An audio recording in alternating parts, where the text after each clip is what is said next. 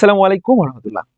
প্রিয় এসএসসি ২০২৬ সালের পরীক্ষার্থী বন্ধুরা, তোমাদের সবাইকে এসএসসি ২০২৬ সালের সাজেশন সিরিজের আজকের ক্লাসে স্বাগত জানাচ্ছি। আমি তোমাদের নোমান ভাইয়া। তোমরা যারা টেস্ট পরীক্ষার পরে এইচএসসি এই যে তোমাদের পরীক্ষাটা এসএসসি পরীক্ষাটা পিছিয়ে দিল, এই সময়টার মাঝে অনেক বেশি চিন্তিত, ঠিকভাবে সাজেশনগুলো গুছিয়ে তুলতে পারতেছো না, তোমরা আশা করি এই ক্লাসটার মাধ্যমে তোমাদের পুরো সাজেশনটা সর্বোচ্চ কমন উপযোগী টপিকগুলো এবং এই টপিকের বিশ্লেষণগুলো একদম ক্লিয়ার হয়ে যাবে। তো চলো শুরু করা যাক। ক্লাসের একদম শুরুতে আমরা আজকের ক্লাসটিতে বাংলা প্রথম পত্রের সাজেশন তোমাদের দেব। বাংলা প্রথম পত্রের সর্বোচ্চ কমন উপযোগী গদ্যগুলো, পদ্যগুলো এবং সেগুলোর যে সিলেক্টিভ টপিকগুলো আছে সেগুলো নিয়ে আমরা আলোচনা করব। তো চলো ক্লাসটা শুরু করা যাক। একদম শুরুতে তোমাদের কিন্তু শর্ট সিলেবাসে যেই গদ্যগুলো রয়েছে সেই গদ্যগুলো থেকে আমি দুটো ভাগ করে ফেলেছি। দুটো ভাগ করে আমি এখান থেকে পাঁচটা আমি প্রিভিয়াস ইয়ারের কোশ্চেনগুলো অ্যানালাইসিস করে দেখলাম যে কোন জায়গাগুলো থেকে তোমাদের সর্বোচ্চ পরিমাণে কমন এসে থাকে। তো সেই জায়গা থেকে আমি দেখলাম ভাইয়া যে তোমাদের এইখানে যে টপিকগুলো রয়েছে, আমি দেখো এখানে তোমাদের পাঁচটির জন্য আলাদা করে দিয়েছি, পাঁচটিকে আলাদা কালার দিয়েছি এবং এইখানে তোমাদের চারটি আলাদা করে দিয়েছি। এই পাঁচটা হলো তোমাদের 3 স্টার। যে এইখান থেকে তুমি যদি চাও ভাই আমি স্কিপ করবো, আমি সবগুলো গল্প পড়বো না, তাহলে তুমি এই চারটা স্কিপ করতে পারো। স্কিপ তো করাই যাবে না, 9টাই পড়তে হবে গল্প। বাট একটু কম গুরুত্ব দিতে চাচ্ছি বা একটু বেশি গুরুত্ব দিতে চাচ্ছি। তুমি বেশি পড়তে চাচ্ছ, তাহলে সেক্ষেত্রে আমি বলবো তোমাকে কিন্তু পড়া সবগুলোই পড়তে হবে, বাট এগুলো হচ্ছে তোমার জন্য কি 3 স্টার। তুমি এগুলো একটু বেশি পড়বা, এই পাঁচটা। এবং এই পাশে যে অংশগুলো রয়েছে এগুলো হচ্ছে কি 2 স্টার, এগুলো একটু কম পড়লেও চলবে, কিন্তু পড়তে হবে সবগুলোই। এবার আসো আমরা ফার্স্ট হচ্ছে গল্পগুলোর ভিতরে একটু প্রায়োরিটি লিস্ট বানিয়ে নিলাম যে এই পাঁচটা বেশি পড়বো। শুভা, বই পড়া, শিক্ষা ও মনুষ্যত্ব, মানুষ মোহাম্মদ সাল্লাল্লাহু আলাইহি সাল্লাম এবং আম আটির ভিপু, এই পাঁচটা আমরা একটু বেশি পড়বো এবং এই চারটাকে একটু কম পড়বো তুলনামূলক। যদি কবিতাগুলো থেকে একটু দেখি যে কোন কবিতাগুলো তুমি, এটা কিন্তু সব বোর্ডের জন্য, কোন কবিতাগুলো তুমি একটু বেশি পড়বা, কোন কবিতাগুলো একটু কম পড়বা। কবিতার ভিতরে কপোতাক্ষ নদ, ওমর ফারুক, তোমাকে পাওয়ার জন্য এই স্বাধীনতা এবং জীবন বিনিময়, এই চারটা তোমাকে একটু তুলনামূলক বেশি পড়তে হবে। এবং এই পাশে যেগুলো আছে বৃষ্টি, সেই দিন এই মাঠ, আমি কোনো আগন্তুক নই, বোশেক, এগুলো একটু কম পড়লেও চলবে। তোমার আমার কথা বুঝতেছো কিনা? যে এই পাশের অংশগুলো একটু বেশি গুরুত্বপূর্ণ, এগুলো হলো 3 স্টার, আর এই পাশের গুলো হলো কি 2 স্টার। তোমার এগুলো একটু বেশি গুরুত্বপূর্ণ, তোমার পড়া সবগুলোই পড়বা, 8টা কবিতাই পড়বা, তবে এই চারটাকে একটু বেশি গুরুত্ব দিয়ে পড়লে তুমি সর্বোচ্চ পরিমাণে কম পাবা ইনশাল্লাহ। শুধু এটাই না, আমি তোমাকে 5টা গল্প দেখিয়ে দিলাম, 4টা কবিতা দেখিয়ে দিলাম, তাই একটু শেষ না। আমি তোমাকে এই প্রত্যেকটা গল্প কবিতার কোন কোন পার্টগুলো থেকে প্রশ্ন হয়ে থাকে সেটা একটু দেখিয়ে দেবো। চলো, যে সিকিউ এর জন্য আমি যদি কবিতাগুলো বলি যে কপোতাক্ষ নদ, উমর ফারুক, তোমাকে পাওয়ার জন্য স্বাধীনতা, জীবন বিনিময়, এই 4টা কবিতা পড়লে তোমরা সর্বোচ্চ পরিমাণে কমন পাবা। এবং বাকি যেগুলো আছে বৃষ্টি, সেই দিনে এই মাঠ, আমি কোনো আগন্তুক নই, বোশেক, এগুলো পড়বা, বাট এগুলো একটু কম পড়বা তুলনামূলক। পড়া সবগুলোই পড়বা, এইটার চেয়ে তুলনামূলক ওই পাশের গুলো বেশি পড়বা। আসো আমি প্রত্যেকটা গল্প থেকে সিকিউ যে হবে, আমি তোমাদেরকে গুড নিউজ দেই, আমরা তোমাদেরকে সবগুলো সাবজেক্টের সাজেশন প্রোভাইড করব, সবগুলো সাবজেক্টের। এবং আমাদের এই সাজেশন গুলোতে আমরা শুধু তোমাদেরকে প্রশ্নই বলে দেব না যে তুমি এই প্রশ্ন পড়লে কমন পাবা, না, আমরা তোমাদের প্রত্যেকটা গুরুত্বপূর্ণ টপিকের উপরে ফ্রিতে ক্লাস দিব। এবং সেটা এই মাস থেকেই দেব, এই জানুয়ারি মাসের আমরা সেকেন্ড থার্ড উইক থেকে শুরু করব রেগুলার ক্লাস নেওয়া, এবং থার্ড উইক থেকে আমরা শুরু করব নিয়মিত ক্লাস নেওয়া। কারণ আমার নিজেরও ভার্সিটিতে, তোমরা হয়তো জানো আমি ঢাকা ভার্সিটিতে পড়ছি, আমার নিজেরও ভার্সিটিতে এখন সেমিস্টার ফাইনাল চলতেছে। আমি সপ্তাহখানেক পর 10-12 দিন পর থেকে তোমাদের নিয়মিত ক্লাস নেওয়া শুরু করব, প্রত্যেকটা টপিকের উপর ক্লাস নেব। আপাতত আমি তোমাদেরকে নিয়মিত সাজেশন দিয়ে যাবো। হ্যাঁ, সাজেশন গুলো দেওয়া শেষ করি, তারপরে রেগুলার ক্লাস করা শুরু হবে।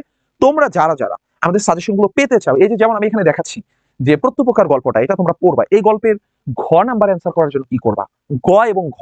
আমি কিন্তু ক খর জন্য তোমাদের একদম অ্যান্সার সহ দিয়ে দেবো, আমার কাছে বানানো আছে, একদম ফুল সাজেশন রেডি করা আছে। প্রত্যুপকার থেকে আমি তোমাকে 30টা জ্ঞানমূলক দেবো, এর বাইরে জ্ঞানমূলক প্রশ্ন হবে না। জাস্ট 30টা লাইন পড়বা, 100% কমন পাবা। আমি তোমাকে অনুধাবনমূলকের জন্য এরকম 20টা-25টা দিয়ে দেবো, একদম অ্যান্সার সহ সম্পূর্ণ ফ্রিতে। তোমরা হয়তো জানো আমাদের চ্যানেলে এইচএসসির অর্থাৎ যারা উচ্চ মাধ্যমিক, হ্যাঁ, একাদশ দ্বাদশ শ্রেণীর প্রায় 1 লক্ষের উপর সাবস্ক্রাইবার আমাদের ক্লাসগুলো রেগুলার করে। তো এসএসসির এর আগে কখনোই আমি অফলাইনে পড়িয়েছি দীর্ঘদিন, বাট অনলাইনে তোমাদের কখনো পড়ানো হয়নি। তো সেই জন্য আমি সিদ্ধান্ত নিয়েছি তোমাদের জন্য আমরা আমাদের এই সাজেশনগুলো এবং সলিউশন ক্লাসগুলো একদম ফ্রিতে দিয়ে দেবো। তো এক্ষেত্রে তোমাদের কি করতে হবে, আমরা নিচে যে গ্রুপের লিঙ্ক দেব, টেলিগ্রাম চ্যানেল এবং হোয়াটসঅ্যাপ গ্রুপ, এই দুটোই তোমরা কি করবা, তোমরা সেখানে যুক্ত হয়ে যাবা।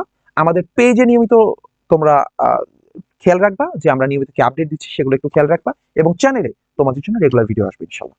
হয়তো ডেইলি আসবে না, বাট 1-2 দিন পর পর আমরা সপ্তাহে অ্যাটলিস্ট 3টা করে ভিডিও দেওয়ার চেষ্টা করব সবগুলো সাবজেক্টের জন্য।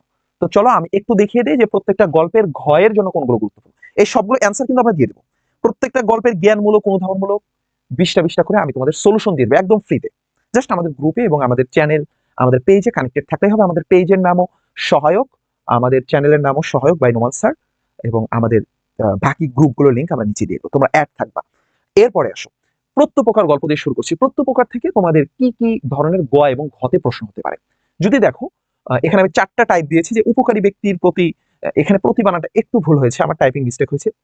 উপকারী ব্যক্তির প্রতি যথাযথ কৃতজ্ঞতা প্রকাশ করতে হবে। প্রত্যেকবার গল্প তোমরা যারা পড়েছো তোমরা দেখেছো যে তাকে সে উপকার করেছিল এবং তার জন্য সে তার বিনিময়ে কি করে, একবার সে তাকে এক বিপদ থেকে রক্ষা করেছিল, যার জন্য সেও তাকে অনেক ভালো একটি প্রতিদান প্রদান করে। উপকারীর উপকার করার সৎ সাহস এবং মানসিকতা অর্জন করতে হবে আমাদের। এইটা সম্পর্কে এই টাইপের তোমার একটা গ এবং ঘতে প্রশ্ন হতে পারে। পরোপকারী দয়াশীল মানুষের প্রতি সহানুভূতিশীল হওয়া সম্পর্কে তোমাকে লিখতে হবে, এবং বিপদে সাহায্য প্রার্থী ব্যক্তিকে সাহায্য করতে আমাদেরকে আগ্রহী হতে হবে, এই বিষয়ে তোমাকে লিখতে হবে। হ্যাঁ, এই 4টা টাইপ যদি তুমি একটু লিখতে পারো, প্র্যাকটিস করতে পারো, তাহলে তুমি সর্বোচ্চ কমন পাবা। আমি বাকি সবগুলো পড়াবো না, জাস্ট একটু দেখিয়ে দিয়ে চলে যাব, এবং এগুলোর সলিউশন কিন্তু আমাদের দেওয়া থাকবে। যেমন শুভা, প্রতিবন্ধীদের প্রতি আমাদের মানবিক এবং সংবেদনশীলতার একটি স্বরূপ এখানে ব্যাখ্যা করতে হবে। যে যারা প্রতিবন্ধী আছে, যারা শুনতে পায় না বা দেখতে পায় না, তাদের প্রতি আমাদের দৃষ্টিভঙ্গিটা কেমন হওয়া উচিত, তাদের সাথে আমাদের ব্যবহার, আমাদের কমিউনিকেশন ডিলিং কেমন হবে, এটা নিয়ে শুভাতে আলোচনা করা হয়েছে। তো তোমার গ এবং ঘতে তুমি এই টাইপের কোশ্চেনগুলো আসবে। প্রতিবন্ধী কন্যাকে নিয়ে পিতামাতার যে দুর্ভাবনা এবং দায়িত্ববোধের স্বরূপ তোমাকে ব্যাখ্যা করতে হবে। যে প্রতিবন্ধী কন্যাকে বিয়ে দিবে কিভাবে, তার বিয়ে দেওয়া বা তাকে বড় করে তোলা, তাকে নিয়ে সমাজে মুখ দেখানো, সমাজে টিকে থাকা বাবা মায়ের জন্য কতটা চ্যালেঞ্জিং হয়, এই সবগুলোর কিন্তু সলিউশন আমরা দিয়ে দেবো।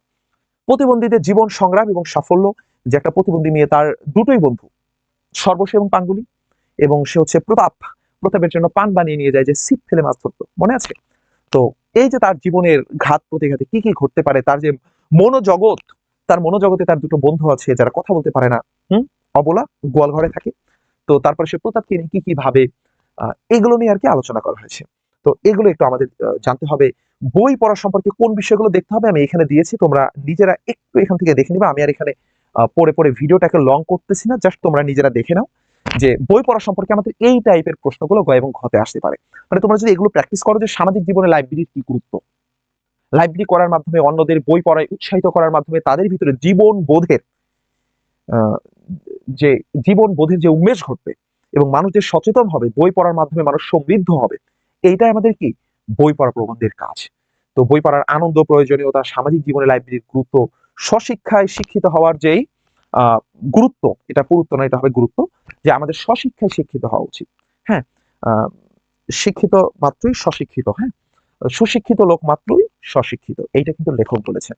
যে তুমি যদি, যারাই সুশিক্ষিত তারা সবাই স্বশিক্ষিত, মানে নিজে নিজে শিক্ষা অর্জন করতে হয়, বই পড়তে হয়, নিজের ভিতরে বই পড়ে বোধের উন্মেষ ঘটাতে হয়, এটাই হচ্ছে সুশিক্ষিত।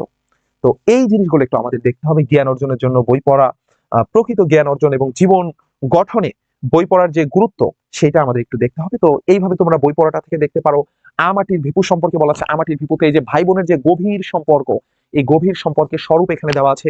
গ্রামীণ জীবনের শিশুদের যে আচরণ কেমন হয়ে থাকে, ওরা কি করে, ওরা ছোট, ওরা একটু এর বাড়িতে গিয়ে আম কুড়িয়ে আনে, এর বাগান থেকে লিচু কুড়িয়ে আনে, এই যে শিশুদের যে শিশু সুলভ আচরণ গ্রামীণ শিশুদের ভিতরে, এই বিষয়টা এখানে আলোচনা করেছে। তোমরা একটু ভালো করে দেখবা, আমি এখানে জাস্ট ইন্ডিকেটর গুলো দিয়েছি যে কোন কোন বিষয়গুলো তোমাদের দেখা উচিত। আনন্দ ঘন শৈশবের যে স্বরূপ এবং প্রকৃতি, বা নিম্ন মধ্যবিত্ত পরিবারের জীবনযাপনের স্বরূপ সম্পর্কে এখানে বলা হয়েছে, একটুখানি দেখবা। এবং এই যে মা এবং শিশুদের মধ্যে যে স্নেহ মমতার ভালো, তোমরা এই কাজটা করবা। তোমাদের যদি সম্ভব হয়, তোমরা পথের পাঁচালী মুভিটা দেখবা, তাহলে তোমাদের কাছে অনেক বেশি ক্লিয়ার হয়ে যাবে আমাটির ভেপুটা।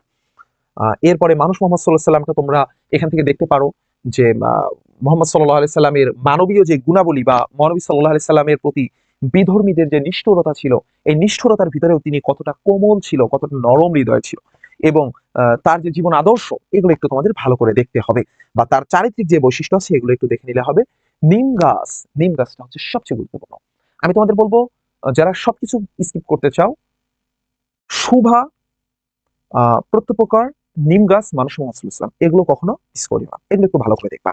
তাহলে নিম গাছটা থেকে নিম গাছের যে নিঃস্বার্থ উপকারী দিক, এটা তোমার একটু দেখতে হবে। নারীর প্রতি মানুষের যে স্বার্থপর দৃষ্টিভঙ্গি, তার নমুনা। যে নিম গাছটা কেমন, নিম গাছটা হচ্ছে তোমার তার থেকে সবাই উপকার নেয়, সবাই নিম গাছ থেকে পাতা নেয়, নিম গাছের বাকল ছিঁড়ে নেয়, বাট নিম গাছকে কেউ ভালোবাসে না, সবাই তার দ্বারা উপকৃত হয়।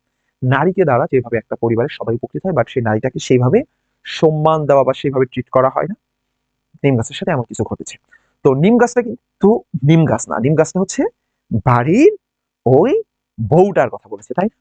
কর্মনিপুণা বউটা, যে বাড়ির সবার জন্য কাজ করে, বাট সেইভাবে তাকে মূল্যায়ন করা হয় না। তো এই বিষয়টি নিয়ে তোমাদের একটুখানি ভালো করে পড়ে নিবা। উপকারী বৃক্ষের যেই অবস্থা বা আমাদের সমাজের নিম গাছ রূপী মানুষের যে অবস্থান। আচ্ছা, শিক্ষা মনুষ্যত্বটা তোমরা দেখবা অবশ্যই, আমি শুরুতেই দেখিয়ে দিয়েছি যে শিক্ষার প্রয়োজনীয় অপ্রয়োজনীয় দিকের যে গুরুত্ব বা অর্থবিত্তের চেয়েও আমাদের মানব সত্তার মুক্তির যে গুরুত্ব, এটা একটু তোমরা ভালো করে দেখবা প্রত্যেককে। শিক্ষা মনুষ্যত্বটা তোমাদের জন্য গুরুত্বপূর্ণ। প্রবাস বন্ধুরা একটু কম গুরুত্বপূর্ণ, বাট খুবই মজাদার। গুরুত্বপূর্ণ, আমি কম গুরুত্বপূর্ণ বলবো না, বাট ওগুলো একটু বেশি পড়বা, এগুলো একটু কম পড়লেও চলবে। তবে এটা মজাদার, তোমরা পড়লে অনেক কিছু মজা পাবা। যে আব্দুর রহমানের হাত কেমন ছিল, হ্যাঁ, তারপরে আব্দুর রহমান তার জন্য কি পরিমাণে খাবার নিয়ে আসে, মনে আছে সেই কাহিনী? High high. দেখো, ২১-এর গল্পটা পড়বা, এটা খুবই গুরুত্বপূর্ণ, কারণ এটা আমাদের ভাষা আন্দোলন সম্পর্কে, তাই না? এই জন্য এটা অনেক বেশি গুরুত্বপূর্ণ।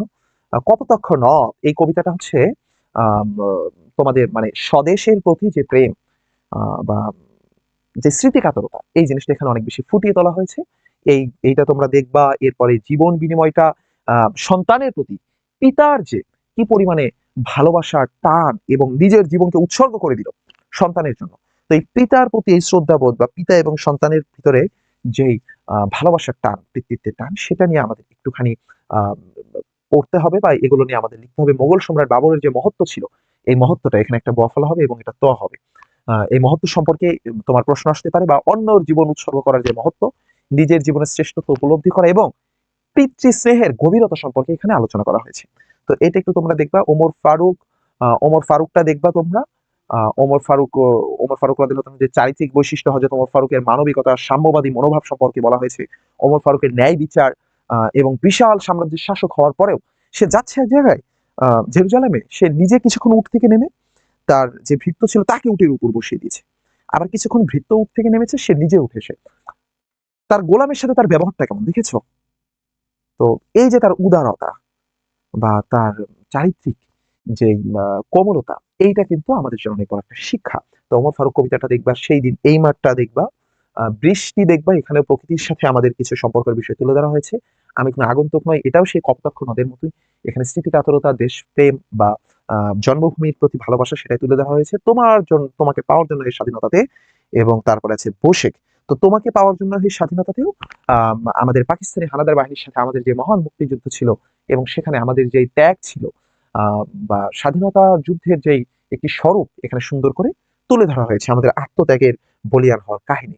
এবং সর্বশেষ বোশেখের যে কি অবস্থা এবং বৈশাখী ঝড়ের যে কি অসীম ক্ষমতাই, এখানে বেশ কিছু বিষয় খুব সুন্দর করে তুলে ধরা হয়েছে। তোমরা এই সবগুলো বিষয় আমরা যতটুকু করে দিয়েছি, এইটুকু করে দেখলে ইনশাল্লাহ কমপ্লিট হয়ে যাবে। আমি তোমাদের সর্বশেষ বলবো, প্রত্যেকটা গল্প কবিতার উপরে আমরা তোমাদের ক্লাস নেব। বাংলা দ্বিতীয় পত্রের প্রত্যেকটা পার্টের উপরে ক্লাস হবে। আমি জাস্ট তোমাদেরকে রিকোয়েস্ট করবো, তোমরা আমাদের সাথে থাকো, আমাদের সাথে কানেক্টেড থাকো, তোমাদের ফ্রেন্ডদেরকে কানেক্টেড করো। এবং তারপরে তোমাদের আগামী যে ৩ মাসের মতো সময় আছে, এই ৩ মাসের ভিতরে আমরা তোমাদের প্রত্যেকটা সাবজেক্টের জন্য তোমাদের সর্বোচ্চ ভালোবাসা দিয়ে, আমরা আমাদের জায়গা থেকে সর্বোচ্চটুকু দিয়ে তোমাদেরকে সুন্দর একটি প্রিপারেশন কমপ্লিট করে দেওয়ার জন্য আমরা দায়বদ্ধ থাকবো। তো সবার জন্য অনেক অনেক দোয়া। কে কোথা থেকে দেখলা, তোমার স্কুলের নামটা ভিডিওর নিচে দিয়ে দিতে পারো। আমরা কমেন্ট দেখলে বুঝবো কে কোথা থেকে আমাদের সাথে যুক্ত হয়েছিল, এবং পরবর্তীতে কোন কোন সাবজেক্টের জন্য ক্লাস চাও সেটাও জানাবা। এবং গল্প কবিতা নিয়ে তো খুব শীঘ্রই দেখা হচ্ছে। আর আমরা একটা প্লেলিস্ট করে দেবো, এই প্লেলিস্ট থেকে তোমরা নিচে প্লেলিস্টটা থাকবে, ওইখান থেকেও দেখে নিতে পারবে। আর সবার জন্য অনেক অনেক শুভকামনা। দেখা হবে পরবর্তী ক্লাসে। আসসালামু আলাইকুম রহমতুল্লাহ।